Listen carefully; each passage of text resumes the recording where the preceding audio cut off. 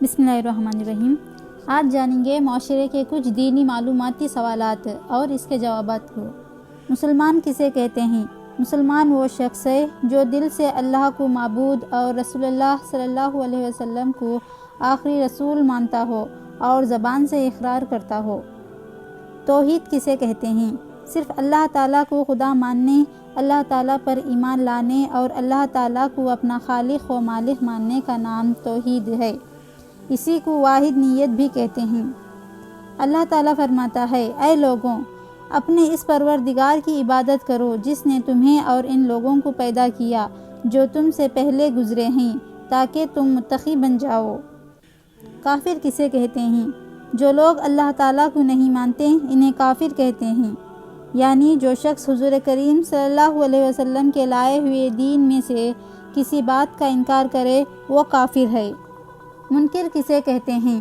جس نے اللہ اور اس کے رسول صلی اللہ علیہ وسلم کے احکام کا انکار کیا، اسے منکر کہتے ہیں۔ شرک کیا ہے اور مشرک کسے کہتے ہیں؟ اللہ تعالیٰ کی ذات یا صفات میں کسی دوسرے کو شریک کرنا شرک کہلاتا ہے۔ اللہ تعالیٰ کے ساتھ کسی دوسرے کو شریک کرنے والا مشرک کہلاتا ہے۔ اللہ تعالیٰ فرماتا ہے، بے شک اللہ تعالیٰ اس بات کو معاف نہیں کرتا کہ اس کے ساتھ کسی کو شریک ٹھہرایا جائے، اور اس سے کمتر ہر بات کو جس کے لیے اللہ تعالیٰ چاہتا ہے معاف کر دیتا ہے۔ اور جو شخص اللہ کے ساتھ کسی کو شریک ٹھہراتا ہے وہ ایسا بہتان باندھتا ہے جو بڑا زبردست گناہ ہے۔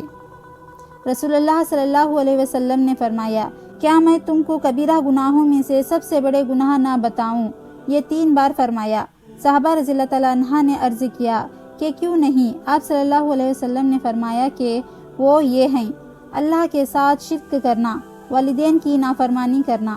آپ صلی اللہ علیہ وسلم اس وقت ٹیک لگائے ہوئے تھے، آپ بیٹھ گئے اور فرمایا، اور جھوٹ کہنا اور جھوٹی گواہی دینا، یہ 3 صغیرہ اور کبیرہ گناہوں میں سے ہیں۔ شرک کی سزا کیا ہے؟ اللہ تعالیٰ فرماتا ہے، یقین جانو کہ جو شخص اللہ کے ساتھ کسی کو شریک ٹھہرائے، اللہ نے اس کے لیے جنت حرام کر دی ہے اور اس کا ٹھکانہ جہنم ہے۔ منافق کسے کہتے ہیں؟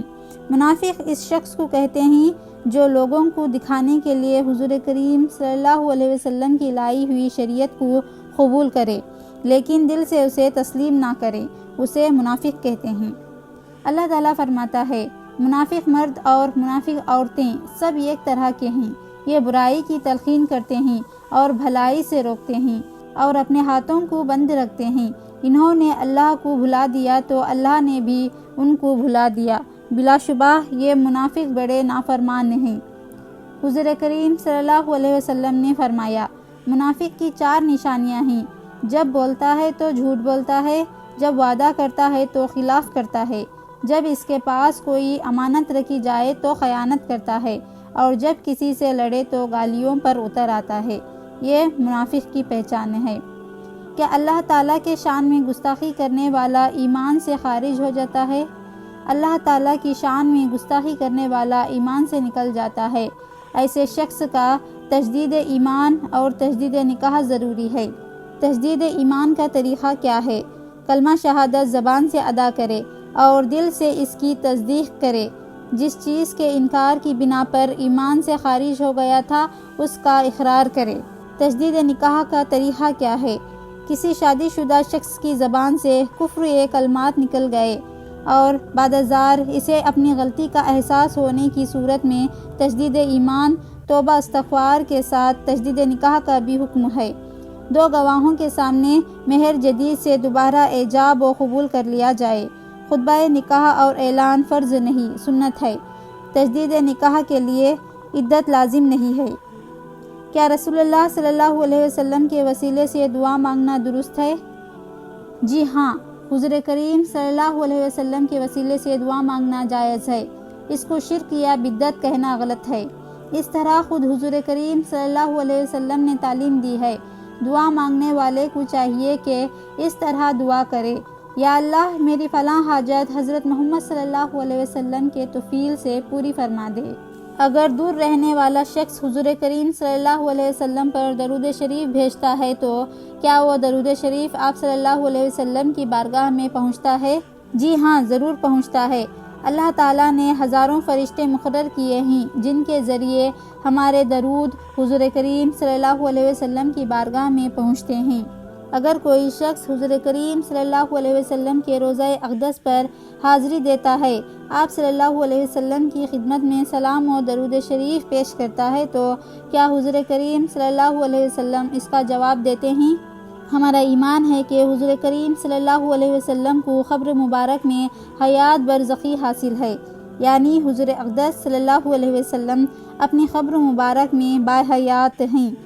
اس لیے جو شخص حضور کریم صلی اللہ علیہ وسلم کے روضہ اقدس کے قریب سے درود شریف پڑھتا ہے، حضور کریم صلی اللہ علیہ وسلم اس کو سنتے ہیں اور اس کے سلام کا جواب بھی دیتے ہیں۔ کیا دست شناسی کے ذریعے اپنا مستقبل جان سکتے ہیں؟ دست شناسی کا مطلب ہاتھ دکھانا ہے۔ اسلام کے روز فال، نجم اور ہاتھ دکھانا اور ان چیزوں پر اعتماد کرنا جائز نہیں ہے۔ ہاتھ دیکھ کر جو لوگ باتیں بتاتے ہیں، ایسے لوگوں کے پاس جانا سخت گناہ ہے اور ان کی باتوں پر یقین کرنا کفر ہے۔ حضور کریم صلی اللہ علیہ وسلم نے فرمایا، جو شخص کسی پنڈت، نجومی یا خیافہ شناس کے پاس گیا اور اس سے کوئی بات دریافت کی تو 40 دن تک اس کی نماز قبول نہیں ہوگی۔ اللہ اللہ۔ یہ ایک شخص اپنے لڑکے کا رشتہ کرتا ہے، چند دن بعد لڑکی کا والد اس سے کہتا ہے کہ ستاروں اور حساب نکلوانے پر پتہ چلا کہ ان کے ستارے آپس میں نہیں ملتے۔ کیا شریعت میں ایسا فعل درست ہے؟ یہ فعل بالکل درست نہیں ہے، کیونکہ اسلام میں نجوم پر اعتقاد کفر ہے۔ کیا ستاروں کا کھیل مطلب ہاروسکوپ کے ذریعے اپنا مستقبل جاننا جائز ہے؟ ستاروں کا علم یقینی نہیں، اور پھر ستارے بذات خود مؤثر بھی نہیں، اس لیے اس پر یقین کرنے کی ممانعت ہے۔ فال اور نجوم پر اعتقاد رکھنا جائز نہیں ہے۔ اعتقاد و محض خدا ہی پر رکھنا ضروری ہے۔ ان چیزوں کی سچائی کا اعتقاد شرک ہے۔ توہم پرستی کسے کہتے ہیں؟ وہم و گمان پر یقین کرنا توہم پرستی ہے۔ اور بھی کچھ معاشرے کے ایسے سوالات ہیں جن کا معلومات ہونا بہت ضروری ہے۔ اگلے ویڈیو میں جانیں گے نبی کریم صلی اللہ علیہ وسلم پر بھی کسی نے جادو کیا تھا یا نہیں، اور نظر بد ہوتی ہے یا نہیں یہ بھی جانیں گے، اور نظر بد کا علاج کیا ہے یہ بھی جانیں گے۔ ویڈیو کیسی لگی کمنٹس میں ضرور بتائیں۔ اگر اس میں کچھ خطا ہوئی رہی تو میں اسے ٹھیک کر لینے کی بھرپور کوشش کروں گی۔ ویڈیو کو لائک کریں، شیئر کریں اور میرے چینل کو سبسکرائب کریں۔